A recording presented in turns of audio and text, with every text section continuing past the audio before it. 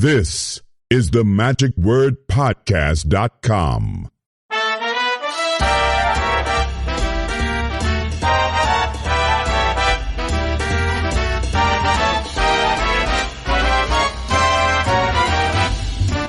Hello, this is Scott Wells for the magicwordpodcast.com.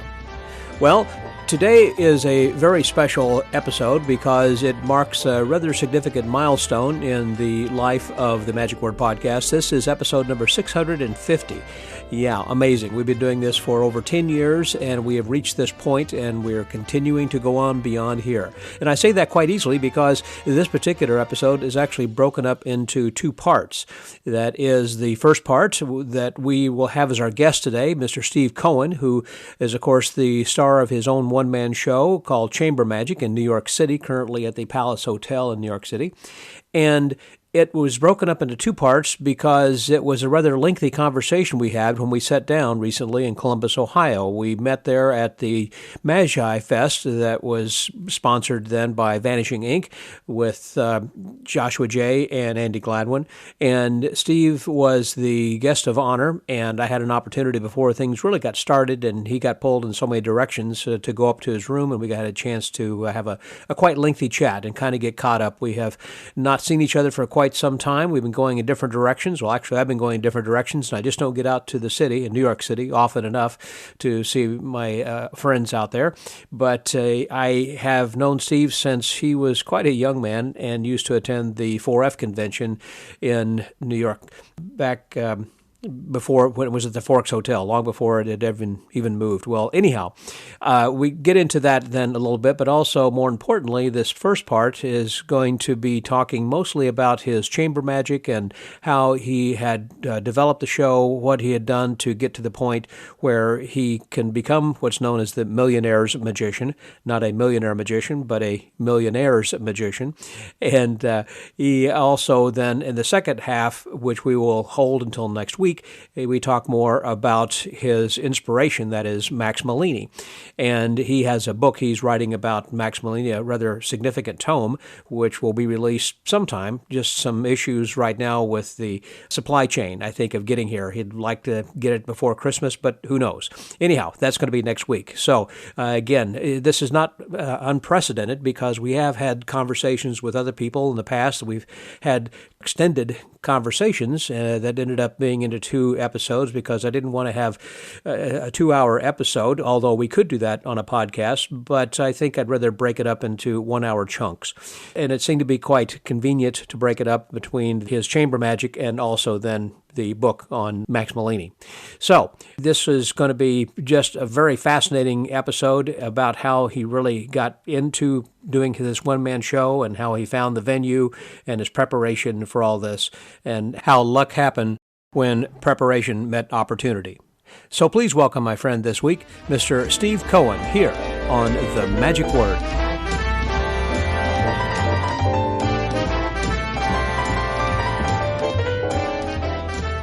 Today I have somebody with me who is live in the studio instead of having someone that's remote, and we're sitting across from each other, and we're actually, it's kind of funny because I'm from Houston, he's from New York City, and we're kind of meeting in between. We were in Columbus, Ohio as we were speaking. Someone who we've been friends with for quite some time. You may have heard him, or if not, you've heard of him, and we're going to be having a great conversation, I know, and someone who is perhaps best known as the Millionaire Magician. Please welcome my friend, Mr. Steve Cohen. Hey there, Steve. Hey there, Scott. I would say the Millionaires Magician, so there's an apostrophe S in there. Okay, thank you. Yeah, exactly. Good point. Make sure it's not the Millionaire Magician, Millionaires Magician. Millionaire would imply, obviously, you have millions, and so you perform for millionaires, so it's the possessive of millionaires. Correct. Right, got it. I understand. And because you have been performing, did that moniker come to you as something you thought of, or did someone once say to you, "This is who you are"? You've been performing. You know, that guy's a millionaire, or that guy's a millionaire, and before long you said, That's me. I'm a Millionaire's Magician. Or did you come up with it, or someone else gave you that moniker? Okay, so eventually I decided to use that, but I really fought it hook and nail. My best friend, Mark Levy, who's a magician, and he's also a branding expert, was the one who said, you should call yourself the Millionaires Magician because you perform for the Rockefellers and for many wealthy folks. Sure. But we actually both heard that phrase first when I was called that in a media article in this magazine in New York called Avenue Magazine. And some reporter came to my show and she said, oh, you're performing for all these A-list celebrities. We should, he's as if he's the Millionaire's Magician. And that phrase just somehow kind of stuck in Mark's head, in my head. At one point, Mark said, look, we need to figure out a way to make you stand out from everybody else. And I thought, well, maybe I can do some sort of a publicity stunt like David Blaine style. Sure. And that really, I'm a very kind of mild-mannered, non-confrontational person. You're not an introvert, but you are kind of a person to yourself. Correct. Yeah. So doing that sort of, public-facing publicity stunt didn't seem like the right thing for me. So instead, Mark said, look, why don't you just lean into what you are? Lean into the fact that you feel very comfortable performing for wealthy people. And he said, in fact, you should make a tagline, magic for the filthy rich. And I was like, no, that's going way too far. That's going really too far. He said, okay, but maybe not go that far, but if you lean into what you've done and who you are and where you feel comfortable, you'll find the right audience. Mm-hmm. And so I said, well, what does that mean? He said, you should charge more for your services. And I said, well, I kind of charge a lot right now. He said, well, how much are you charging? And I think at the time I was charging around $2,000 for a show. Mm-hmm. And he said, well, if you want to make $20,000 a show, you have to be comfortable turning down the $2,000 shows. He said, right. You'll never even get to the $20,000 show unless you're turning down the lower priced shows. Mm-hmm. And I said, well, that feels very uncomfortable to me. I need to feed my kid, right? Sure. And I need to make a living. He said, well, it's a mental mindset. And what he said is print up some business cards that say the Millionaire's Magician. Start calling yourself that. See what happens. He said, I'm going to guarantee you that the right types of people are going to start contacting you. And I went to London to do the show in London for a month at the Langham Hilton. Mm. And when I was there, the British media loved that. They thought this is a brash American coming to London, calling themselves the Millionaire's Magician. Who does he think How he dare is? he, And then the thing is that the show was really well received. Uh-huh. So it wasn't like they were laughing at me. They were actually saying, wow, this guy's really good. And he's a Millionaire's Magician. Yeah. So then I had a lot of press. When I came back to New York after doing that successful run in London, it was kind of like Houdini. They called Houdini Europe's eclipsing sensation. Remember that? I love it. Yes. And yes. so in a way, I was a reverse import. I was coming back to America with some really great British press. And then things just took off from there. So now, was this before you were working? Of course, is the Ritz currently where you are? Is that right? No. So I was at the Waldorf Astoria Hotel for 16 and a half years. And so was this before or after you went to Waldorf? It was before and during. Okay. So yes, it was after I started the show and about like a year or so into it. Gotcha. Okay. Yeah. So go ahead. I'm sorry. Yeah. So in any event, it's strange because early on what I was doing was corporate events, private parties, etc. Just like pretty much any other gigging magician, a journeyman working, in any capacity that's thrown my way. But I've always been fascinated by Hofstadter. And Malini. And Malini, too. I could talk a lot about Yeah, Malini. I know. I ended up writing a 550-page book about him that's going to be coming out later this year. Good. We'll talk about that later. Yeah, I'm happy to. I love Hofstadter, too. Well, Hofstadter, for me, was... I just identified with him because what I'd read was that he wasn't a bombastic personality, a bombastic stage performer. In fact, when he was doing some stage shows in Austria, he attempted some stage performances. There were complaints about Hofstadter's performance, saying that his voice was too thin and no one could hear him. So this is who we idolized, the great Hofstadter. Mm-hmm. He was panned in the media because he just wasn't able to deliver in that setting. So what did he do? He said, okay, well, where do I feel comfortable? I feel comfortable in an elegant, upscale environment, circulating with the cognoscenti, circulating with the elite of Viennese society. Cream of the crop. And so he created a show that would be tailored for that type of audience. Mm-hmm. And it's like the Field of Dreams. If you build it, they will come. There's no guarantee that they will come, but if you have to start building it at least. Mm-hmm. So he started performing not a salon that was, a salon for people talking about politics, or a salon where people were talking about religion. He created a magic salon, and that was how the rich and elite people in Viennese society interfaced. And that would again have been about the 1850s. This is in the 1850s to the 1870s. That was when he had about it. The salon. He only had about a 14 or 15 year run in his salon. So in a way, the fact that I've been doing this show for over 20 years, I feel like, okay, the new Hofzinser, I got you. Cohen, the but new no, Hofzinser. But there's no comparison. He's clearly the master, and he was incredibly inventive. Creator. Oh my goodness. That's the thing that I bow down to him. Was, maybe I've kind of absorbed the format of his show, but the creative inventiveness of his magic was just so. I mean, he had one trick where he borrowed a lady's finger ring, made it vanish into a glass of ink, I believe it was, and then would circulate the ink, and the ink turned clear in the vessel, and then you'd see that there was a goldfish swimming inside that vessel, and he would scoop out the goldfish, and from the goldfish's mouth he would extract the borrowed ring. Wow. That's, I mean, I don't think I've read about that. Yeah, you can't get any more creative than that. Yeah. So in any event, so I was so fascinated by Hofzinser, and I was doing a lot of reading about him. In fact, I tore out a picture of Hofzinser that was in the Sphinx magazine. I carried it with me everywhere I went. This is when I was about maybe 27, 28 years old. And I showed that picture to everybody who I knew. I showed it to parents of my children's friends. I showed it to our dry cleaner. I showed it to everyone I could meet. I said, "Do you know any place that looks like this?" And I found a beautiful venue that was called the National Arts Club in Gramercy Park in Manhattan, on 20th Street between Lexington and 3rd Avenue. And it's this beautiful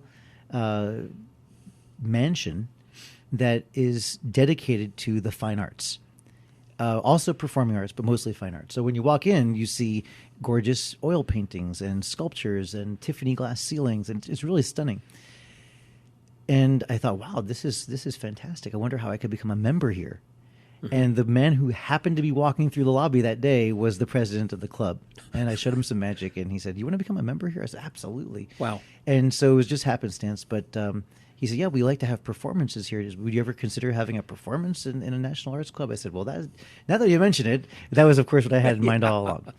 So I started doing the show there in the year. I started some private shows of chamber magic in the year 2000. Okay. And then 2000, just before 9/11. Correct. And then 2001 is when I started the shows at the Gramercy Park National Arts Club. Okay. I did the show there for about 2.5 months, but the problem was that it's a private club. And as you know, in New York City, over the summertime, everyone leaves the city and goes to the Hamptons, at least my crowd. Long Beach. Right. Yep. So since they're gone, the private clubs all take that 2-month hiatus to do maintenance. And therefore, I wasn't able to use the club as my performance space any longer until September. Okay. So I had just started to build momentum, and I was getting people coming, and there was some media coverage, and I got on CBS Evening News, and it was like, actually, it was starting to get a little bit of traction. But then the club says, "Sorry, we're closing for the summer. You've got to find your own, thing to do over the next couple of months."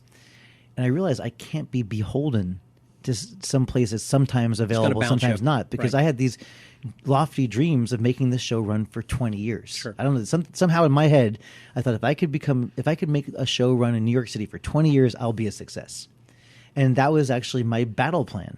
I said, I'm going to make it here, I can make it anywhere. Truly, that was going through my head. And it still goes through my head. Right. Yeah, the Frank Sinatra song is, if you could make it there, you could make it anywhere. But I didn't want to go anywhere else. I wanted to stay in New York. Sure. And I just thought, if I can, this is the most competitive theater market in the world. If I could make a show last year, then that stands for something. Sure does. So I began the show at the National Arts Club, realizing that this is maybe not the place for me. And at one of the very last shows, I happened to mention to the audience, I said, "Well, this is one of my last shows here. If anyone has any ideas of where I could bring this show next, feel free to speak to me after the show's over." Wow. I wasn't very shy.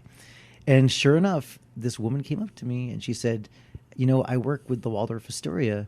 I'd like to introduce you to some of the executives. Maybe we can, I really enjoyed your show, but maybe we can make something happen at the Waldorf." Right. I had a personal invite that way. Now, she didn't work at the Waldorf Astoria. She was connected with some people who did. Okay. She had done events there. So she introduced me to the catering director of the Waldorf Astoria. And this catering director's the first response she said is, "We don't do magic at the Waldorf." I could imagine that. Right? That was just the response. the Sure. gut knee-jerk reaction. And she was right. It's like everyone thinks of magic as being either a kids show, circus act, something goofball, corny. Right. It's not a respected art. Exactly. And the Waldorf Astoria is, it's a lofty and historical and historically important building. It's housed every president of the United States when they come to New York. They have the presidential suite. Since 1931, they stay in the Waldorf Astoria.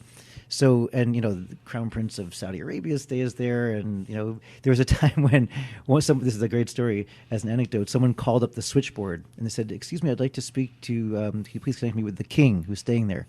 And the switchboard operator says, "Which king? We have 3 staying here." Oh, that's a great story. Which king? Yeah. Another story which is great is that showing how lofty the Waldorf was. Yeah. So there was a person that came to the hotel and was going to give a tip to the bellman or the doorman at the front door, and he gave him let's say $50. Oh. Maybe it was a quarter, $50. This is back in the 30s. And the doorman says, "I'm sorry, I don't take tips that don't fold." You can have that back. Exactly. I was thinking, well, you can give him a Johnson folding half.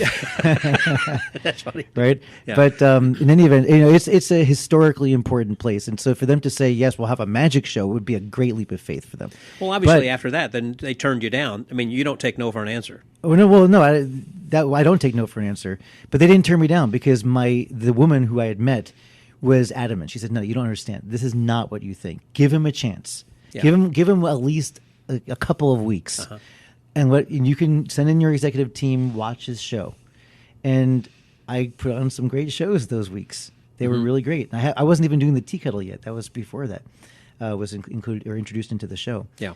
But it was I was on fire. I mean, I hate to say it, but I did really good kind of auditions. And For who came in for the audition? Oh, it was for the executives of the hotel. Like a half dozen people? Yeah. But I mean, I think I did some ticketed shows that we invited the I see. people to come That's see what I was from wondering. the hotel. Yeah, okay. So they could see the genuine reaction. It wasn't like you just went in their office and these guys sat Oh, with no, folded arms no, and no, goes, no. "Fool is Magic Boy." No, you don't understand. The room I was doing the show in was 42R. 42R was the same suite where the Duke and Duchess of Windsor used to live half of the year. Oh, wow. Okay. So it was It's the not top. just It was a top floor, and it has beautiful glass chandeliers, Murano glass, and I mean it was. I'm trying to remember there was some sort of Persian rugs. It was just a beautiful suite. Mm-hmm. So the fact that I was doing the show in that room at all was extraordinary. So when people would come in, the first thing they're saying is, "Wow, we're in the Waldorf Astoria." Second thing they're saying, "Wow, this room is gorgeous." Well, and now they're in the right frame of mind. They're like, "Wow, this magic show is going to be great," because they've walked through several frames to get there. I love that. And the frame number one. The expectation then. Exactly. Frame number one is they had to get all dressed up, right? We have a dress code. So people must start thinking about the magic show maybe a few days before they're even going to come to it. What am I going to wear? Yeah. It's like, and then the wife or the girlfriend might say to the boyfriend or the husband, what are you going to wear? And he's like, "Oh, I don't know. And like it becomes like a team effort.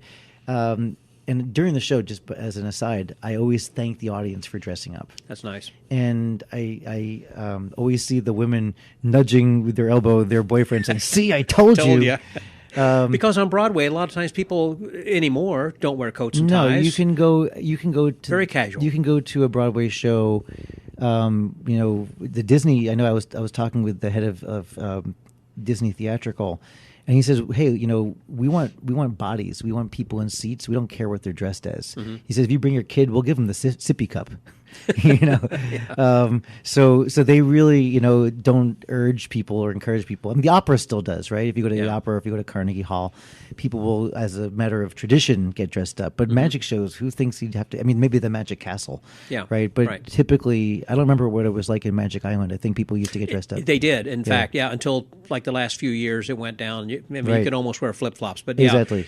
Leading up to that, it was nice. It was dress, coat and tie, and people wore nice attire. And didn't you feel that people they had a different experience? Absolutely. Right. So I'll make another aside. I used to live in Tokyo for many years. I speak remember Japanese, and And your wife is Japanese. That's right. And I worked as an interpreter for the Japanese government. And that was your reason for moving over. I mean, you didn't know Japanese at the time. Is that right? You learned Japanese once you got there, and then you started teaching English to the Japanese? Was that it? Or I knew Japanese before I got there. Okay, but you were teaching English. I did teach English when I was there for a couple of years, and then I was doing magic and then doing interpreting, and then I left. But I lived in Japan for 5 years. See, that goes back, I mean, just as an aside then also, while we're kind of off topic for just a second, when we had first met when you were at the 4F, because you and your buddy Mark Fisher. Yes. And now were you in high school at the time? How far back does that go? I went to 4F for the first time when I was 16. Okay, yeah. That's what I was thinking. Yes, I was still in high school. And Mark was your age, and Mark too, right? was about a half a year older than me. So we used to go to Fechter's. He was such an He was great. guy. He was great. And I'm still in touch with his family. We were very close. Yeah. I've got plenty of stories about Mark. Yeah. So anyway, and he passed of cancer? What kind Yes, he died from bone marrow Bone cancer. marrow cancer. Yeah, it was a shame. Age 22, very young. Yeah. So in any event, so when I was living in Tokyo, I had the chance to work and do my shows in Japanese. I did 2 shows, 2 different nights of the week. One night I was doing walk-around magic at a place called the Ginza Lion, which is a brasserie, a bar, kind of a beer hall. Yeah. In the Ginza, which is, as you know, one of the most kind of high-end areas of Tokyo. Okay. But regardless of how high-end the area was, it was a beer hall. So people were going there to blow off steam and just get loaded. Get drunk, yeah. The other day of the week, on Sunday, so that was Friday nights, was at the beer hall. On Sundays, I worked at the Park Hyatt Tokyo, which is and still is, was and still is, one of the best hotels in Asia. It's in all of Asia, not just Japan. Wow. Okay. Through my connection, I went to Cornell University, so my connections with the Cornell Club, I ended up meeting the director of the managing director of the hotel. Cornell has one of the best hospitality schools in the world. So a lot of the people who graduated from the Cornell Hotel School end up going on to run some of the big hotels. Did you graduate with a hospitality degree? I was not in the hospital. I studied psychology. Okay. But I knew a lot of the guys. Which is good for magicians. Very good for magicians. So that knowledge. So when I was at one of the Cornell Club events in Tokyo, I spoke to the managing director. I said, I would really love to do magic at the Park Hyatt. It would just be a dream come true. He said, consider it done. Give it a try. Okay. So nice. I did some magic just for him and his staff again, just to kind of give them a feel for what it was like. Sleight of hand? Yes. And again, speaking all in Japanese. This is all a Japanese act. And I got booked and hired to work every Sunday at the Sunday brunch for 3 hours. Doing walk around in Japanese for the Japanese clientele. And did they really respect you as an American speaking Japanese? Yes. And so it's like this was an anomaly? It was a real anomaly. But the reason I brought this story up is that I found that despite the fact I was performing exactly the same magic at the Ginza Lion Beer Hall and the Park Hyatt Hotel, the reaction at the Park Hyatt was on a completely different level. Why? And the reason is because the venue defined their experience. They weren't in a beer hall. They didn't come in, just to kind of get loaded. They came because they wanted an escape from their own life. They wanted an escape from their norm. They wanted to see something which is elevated. And the fact that they had to go up to the 52nd floor of this hotel, where you have a panoramic view of all of Tokyo. Yeah. And that suddenly there was an American coming up to their table, speaking in fluent Japanese, doing some great close-up magic. All these things were just kind of a sensory overload. And the reactions were just so much better. And I ended up getting private bookings from that Park Hyatt hotel, which were so far beyond what I was trying to accomplish at the Ginza Lion. Wow. And I really do believe that, and I learned from that experience, that the venue defines the experience in many ways. It's kind of like the picture frame around your picture. You can buy a very expensive picture, put it into a crappy frame, put it up on your wall. I've done this. And people say, hey, that's a really beautiful picture. I wish it had a better frame, right? And same thing can go in the opposite, in reverse. You could have a really beautiful frame and kind of a mundane photo or picture in the middle of it, and it doesn't look balanced. But if you have a very beautiful photo or very beautiful image, and then it has a beautiful frame around it, it just feels more cohesive and it feels right. So if you have a show in a hotel banquet room, and you can appoint that however you want, as far as bringing in some drapes or whatever, and you've got a wonderful show, the experience, and even if people are coming in dressed, the experience will be better if you're actually in the presidential suite of that hotel. Absolutely, performing it. 100%.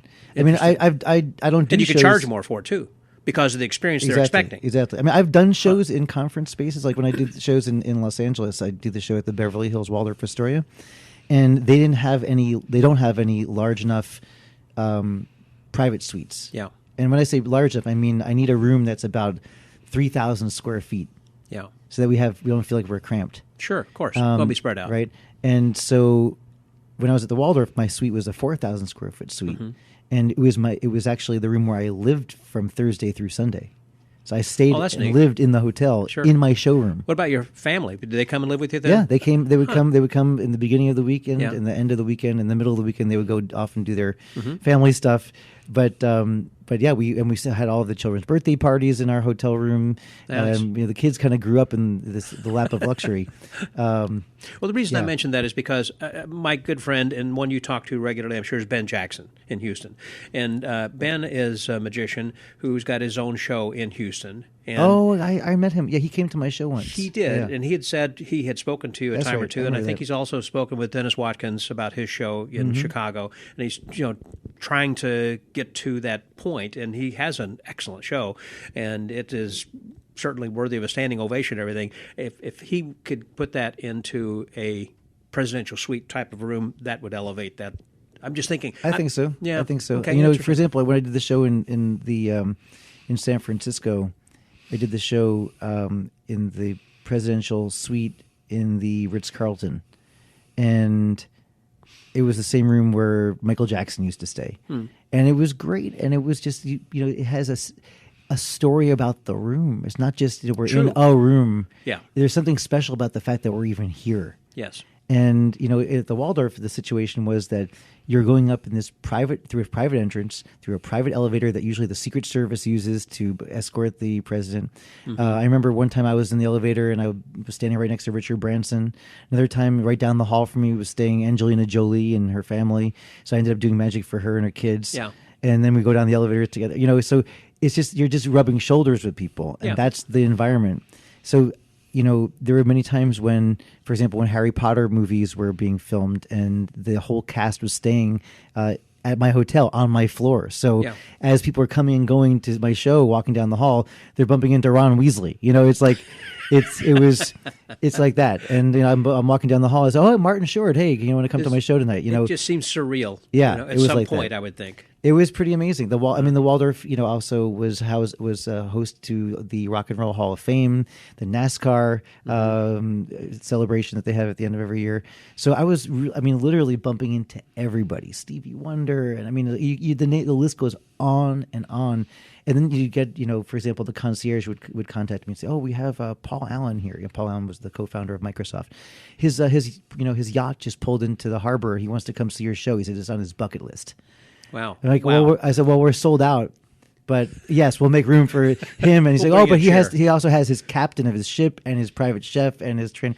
I'm like, okay, we'll make 4 extra seats. So it was a wild ride. I have to be honest. It was pretty crazy. Wow. What would be one of your favorite story, aside from that was a good one, any others as far as some people that you met or who have been some celebrities who have come in and have said something to you about the show? Or Well, the list goes on.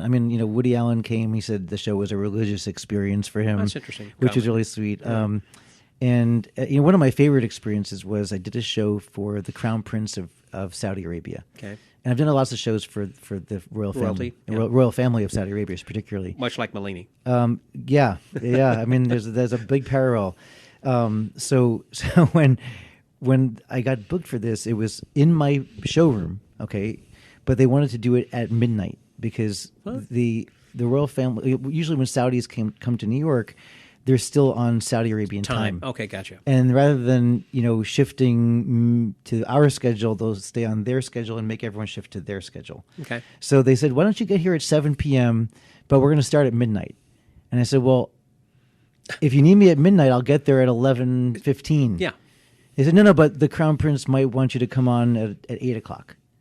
I'm like, "Well, if he needs me at 8 o'clock, then I'll be there at 7, 7:15. They said, "No, but it might be at midnight. It might be 1 o'clock.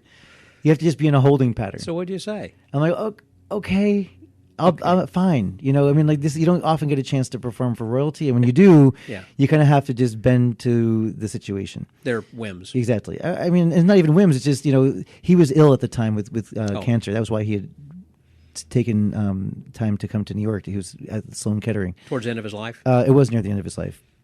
And so, you know, he really was, we were all working around his schedule. Sure. And so anyway, they said, okay, we need you to come on ready in about 15 minutes. I'm like, okay, great. So I see him, I set my show up. I see him kind of saunter in. He sits in a throne, an actual throne that they had prepared for him. That they brought with them from Saudi to the hotel. It was a beautiful throne. And so I'm standing far, far away from him. And usually I perform on the long end of the room, but they wanted it to me to be at the short end of the room. So usually I have like a wide audience in front of me, but they wanted it to be more of kind of like a palatial situation where he was at one end of the room and I was far away at the other end. Gotcha. And there's an empty space in between.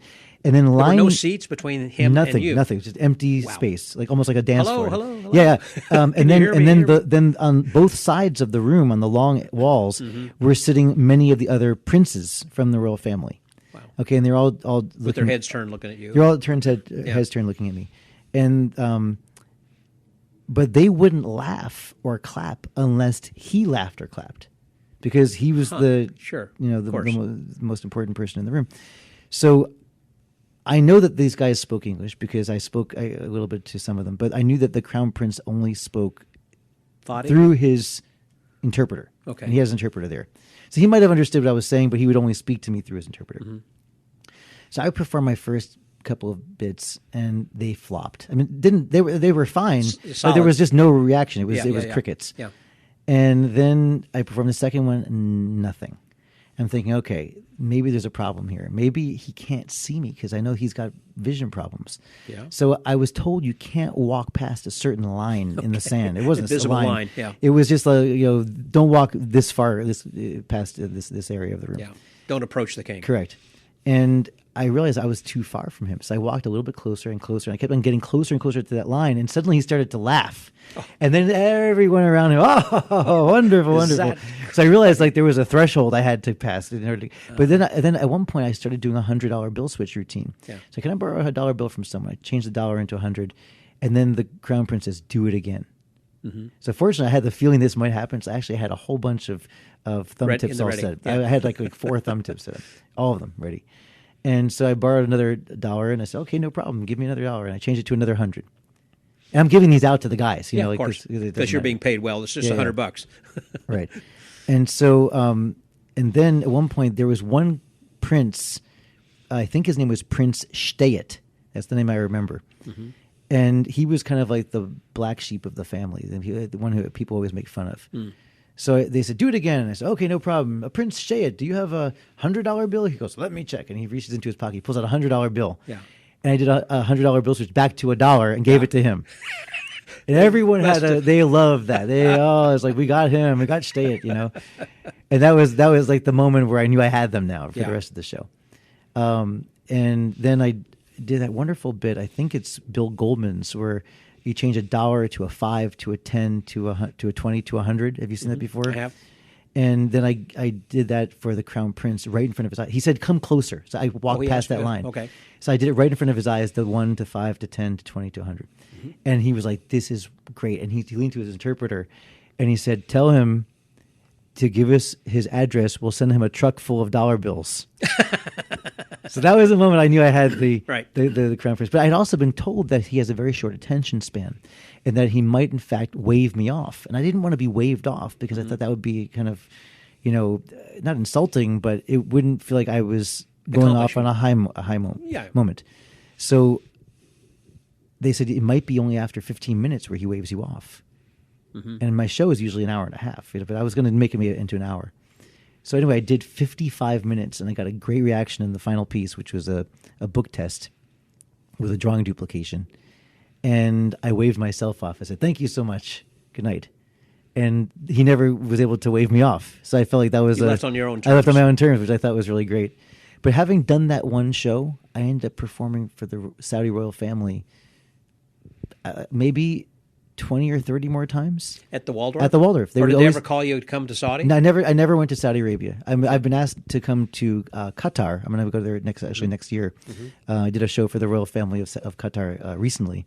And they fly you over? Do they come over in a private jet? They have their own airways, Qatar airline. But do they fly you in? Okay. Yes, in their own plane.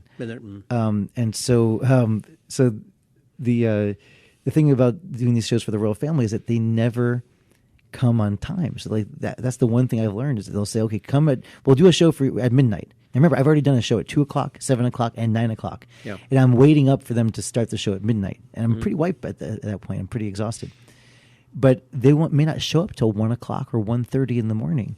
And I'm just sitting there twiddling my thumbs.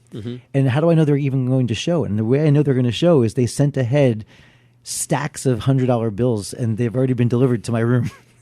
So I know I've already been paid very finely for this performance that has yet to be, but I'm just waiting for them to show up. So, I'm just drinking lots of cups of coffee behind the scenes, and eventually they come, and a lot of times, they're chatting to each other in Arabic because they know I don't understand it. And one time I did the Malini Brick from the Hat production. Yep. And right before I was about to lift up the hat, one of the guys said something to another guy in Arabic. And he must have said, "Hey, you pick it up." And so I didn't even get a chance to. Had the other guy? Yeah, he was talking to the other who was one of his friends. Okay. And so this other fellow then reached for the hat and snatched off the table and produced the brick. And I didn't have a finale because they ruined the finale for me. That was it. Like, ta-da! But that's the fun thing about performing for people in different languages, different cultures. Again, it sounds very highfalutin that I'm the Millionaires Magician, and yes, I perform for probably about 50 billionaires, and many times in their homes or on their private jets or in their private islands. But I like to perform magic for anybody.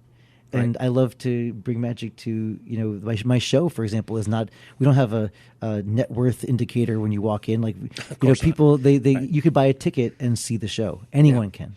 That may be the last $100 or whatever it is. It may be. That they have. It's like, this is what I want to do, and I'm going to spend it to do this. And I'd be honored to be that entertainment. I've in the beginning, I wanted to do it because I wanted to become rich. And I also wanted to interface with people who would help me get rich. But now I've done well for myself, and for me, more than anything, I just want to share really powerful magic, because then people will spread the word for me. They become my emissaries. The tricks are the emissaries for the show, and then the audience becomes my PR machine. I don't advertise. I don't have to promote the show, but it's been running for 21 years now. Sold out audiences. And sold out every show. Had over 500,000 people come to visit it. And you usually sold out like, what, 2-3 months in advance? Too, there was a time where I was sold out for a year. Oh, my goodness, Steve. I'll tell you that story. So when I first started, like this going back to the Waldorf, the early days, nobody knew of magic shows in hotels. That wasn't a thing you did. Now, like you mentioned before, there's a bunch of guys who have, have seen that it works and have opened up a show in Chicago or in Houston, right? In other cities. But it wasn't a thing. You wouldn't go say, let's go see a magic show in a hotel. People hadn't heard of this. So I was really fighting an uphill battle, right? And there was a time when I thought that the show might actually fold. I didn't think there was even going to be enough audience members.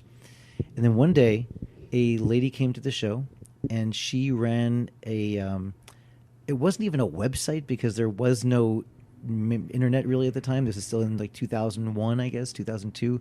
People knew what the internet was, but it wasn't really what it is today. There was what she called it, I guess it was an email blast. It was like a email blast service. And the editor of that came to the show, and she loved it, and she wrote an email blast for her list. And from that one email, which is basically just 2 paragraphs talking about how great this magic show is, I sold out the show for a year. Just based on that, for that one blast? Yes. It was every Friday night for the rest of the year. Wow. And I was like, this is unbelievable. And now suddenly, like where I was begging people to come in, now there was this very hip young crowd coming because everyone who was on the email list were these like very beautiful, young, attractive women with their dates. So I had like a young, happening crowd. That was my new fan base. You just got the right influencer, basically. Yeah, it worked out well. And that was by happenstance. But, again, they always say, it's a combination of preparation meeting opportunity, right? So I got lucky in quotation marks. So then the best part was about a year goes by, or maybe a year and a half, and someone from CBS Sunday Morning came to the show. Mm-hmm. And CBS Sunday Morning, as you know, is a national broadcast. I watched that show. National the Arts Channel. They Arts do show. fantastic segments about interesting things going on in the country. Mm-hmm. And one of the producers came to see me. She loved it. She said, "Would you be interested in doing a segment?" I said, "Sure, why not?" I mean, I didn't know really. I never watched the show, so I didn't really know how influential it was. And they put on a segment, 8 minutes, and that sold out the show for another year. And I had to add an additional day. It wasn't just Fridays now. Now it was Fridays and Saturdays. Okay.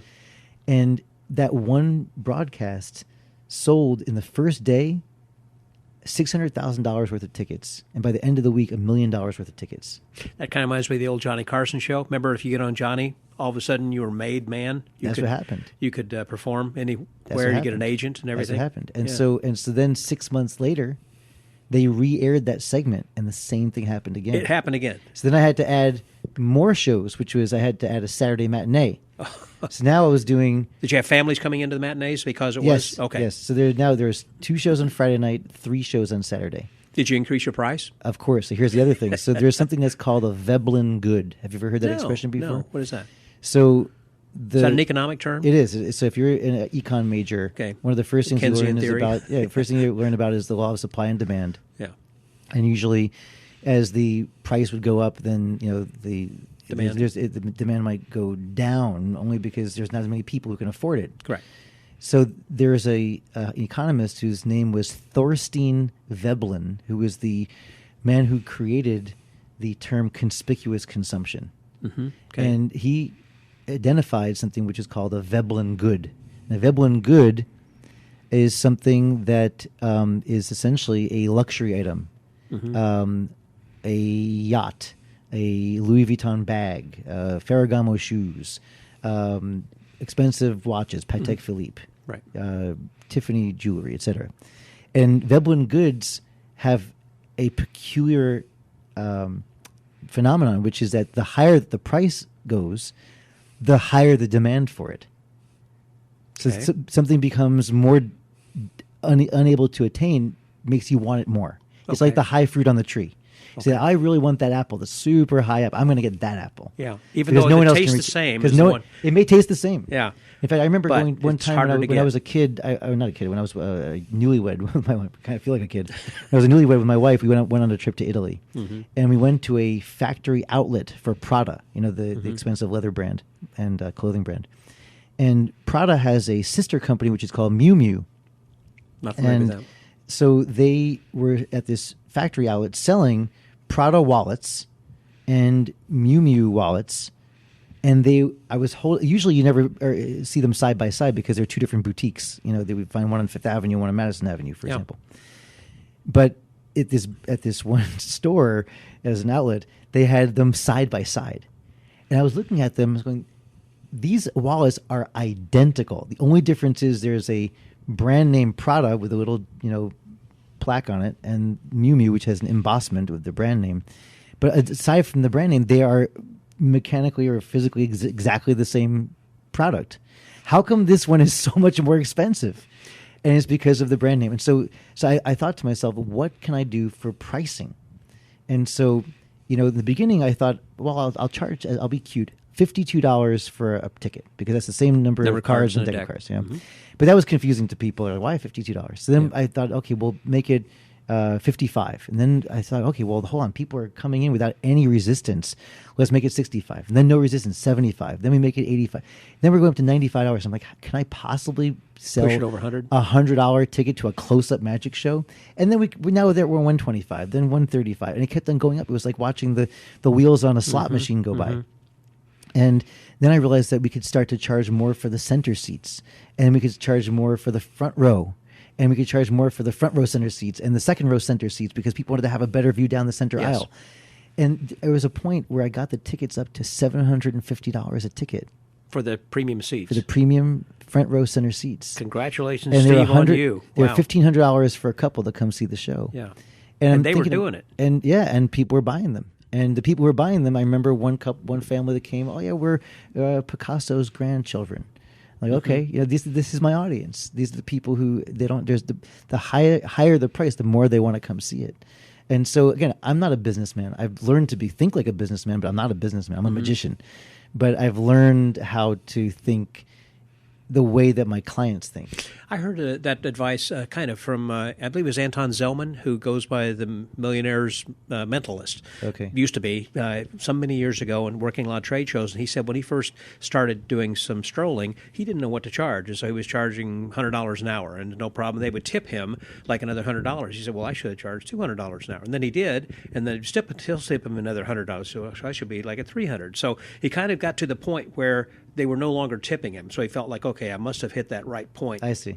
per hour. Yeah, I get that. I mean, the fact is, again, I'm not a businessman. I'm a magician. So I feel like if someone's going to pay that much money for tickets, they better have a damn good time.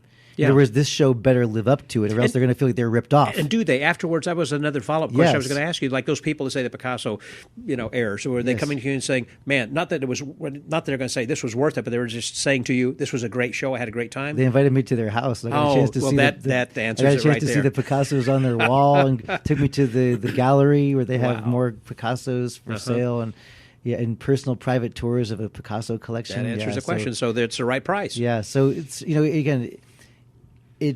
I don't want people to feel like they've been exploited, right? Of course not. Because if someone is a billionaire and you say, okay, well, you're a billionaire, so I'm going to charge you, proportionally, then people are going to say, well, hold on a second, what's your price? Sure. So you have to know that you're giving people value, which means you have to have a really solid show. So I'm a magician at heart, and that's my all-consuming passion. So again, I've learned to think like a businessman, but I feel like I'm delivering a really good product. I know you came to my show way back when. I did in Houston. Yeah. But the show has gotten, I think, more solid and comfortable since then. Like I think at that time I feel like I had to prove something, but now I feel like I've kind of finally grown into my show after having done it, 6,000 or 7,000 times. Right. So and you really are not on the road anymore. I'm not on the road. Yeah. I mean, the only time I'm on the road is, like, for example, this weekend. So we're here in Columbus, Ohio, at the Columbus MagiFest. Why am I even here on a weekend? Right. Yeah. You're giving up money. No, I'm not giving up any money. Okay. The reason is because every September, the United Nations General Assembly is held in New York. Now, because it's on First Avenue on the east side of Manhattan, they block off barricades the entire east side and Midtown. My hotel, when I was at the Waldorf and also now at the Lotte New York Palace, those two hotels are a block apart. That falls in that zone where you basically can't enter. So I can't do shows every year for the last 2 weeks of September for the public. To give you an idea of how severe it is, right across the street from my hotel, there are snipers on the rooftops. Holy moly.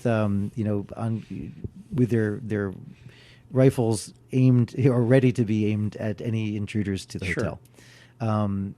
They have Secret Service at every entrance, metal detectors, the whole 9 yards. Canine patrol dogs.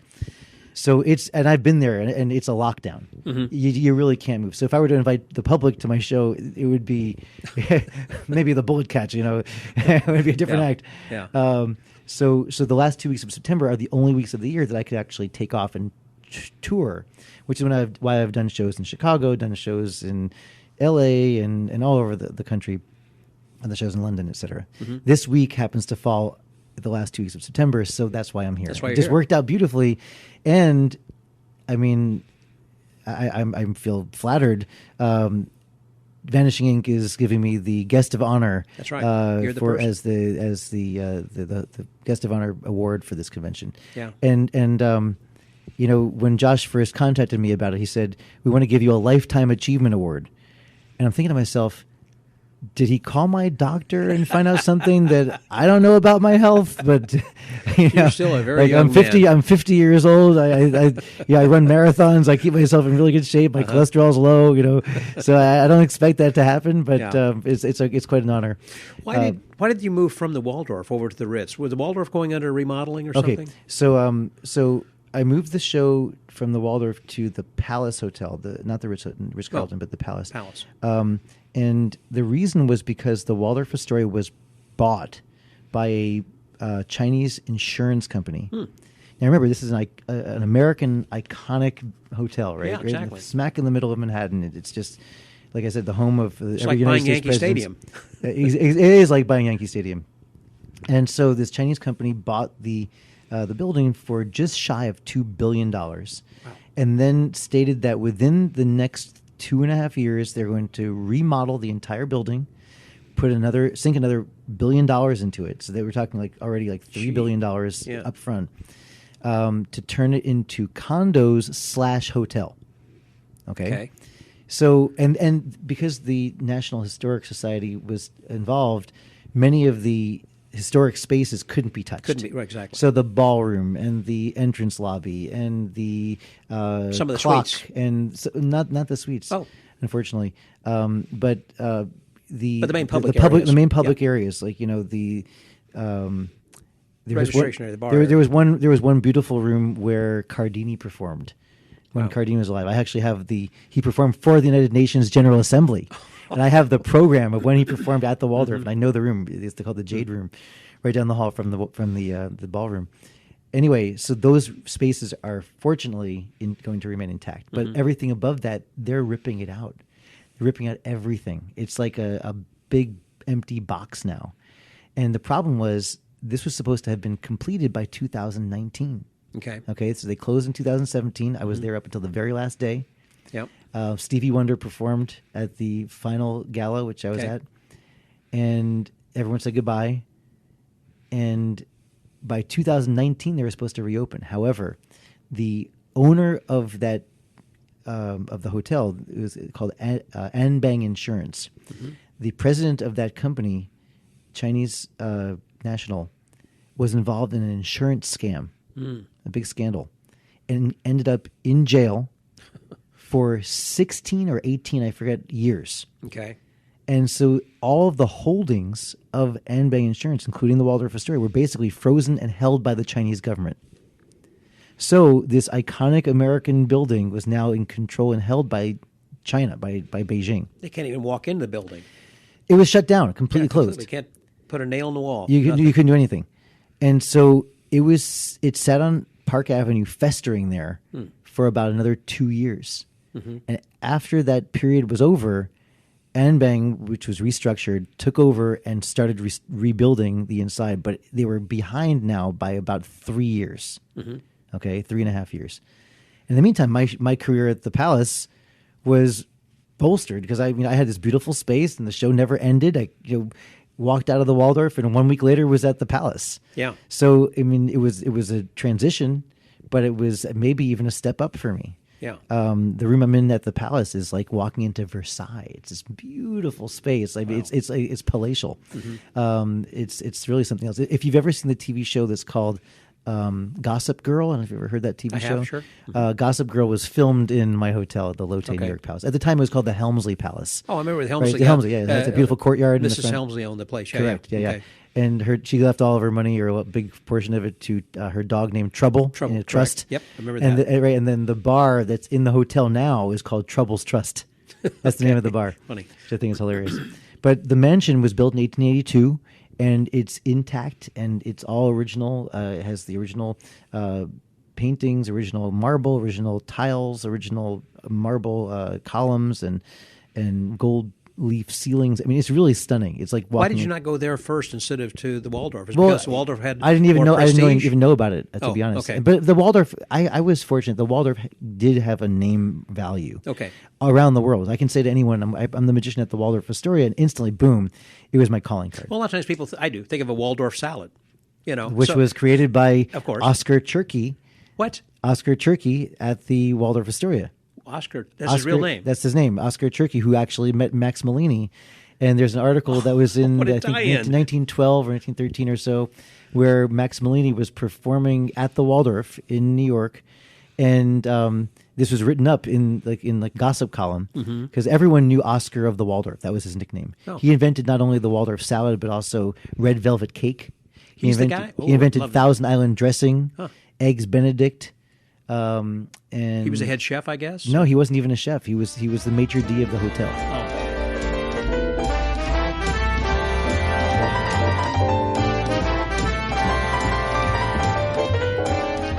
Thank you, Steve, for your comments. And listeners, I guess you noticed that we ended that somewhat abruptly, but stay assured that it will continue next week and we will pick up where we left off. In fact, I'll back it up a little bit so this way you can catch up for a few sentences before we get into next week as well, in which he completes his story and talking about the Waldorf Astoria and then goes on to talking about several other things. And again, the main part of which will be talking about Max Malini and the book that he has completed and all the information that's in that. Anyhow, that's going to be coming up next week, and that'll be part 2, and it will be another episode about as long as what this one is. So please come back and listen to that. I hope that you enjoyed this first episode as much as I did.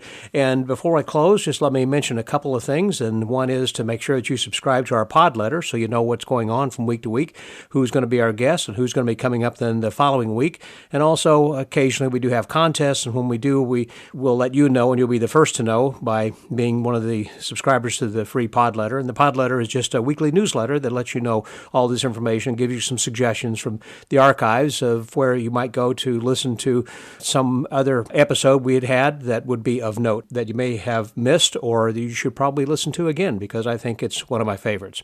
The other thing is, as we're getting into the holiday gift-giving season, it's about time to think about buying something through Amazon. Let me remind you that we are an affiliate, or I should say an associate affiliate, I guess, or whatever you call it, that program of Amazon. So we do get a few pennies for everything that is purchased through Amazon if you click through that link. And the link is at the bottom of every page. That is the website page of the magicwordpodcast.com. So when you go there, scroll all the way to the bottom, whether you're using an iPad or your PC or your phone, it is on the bottom there. There will be a big ad that says Amazon affiliate.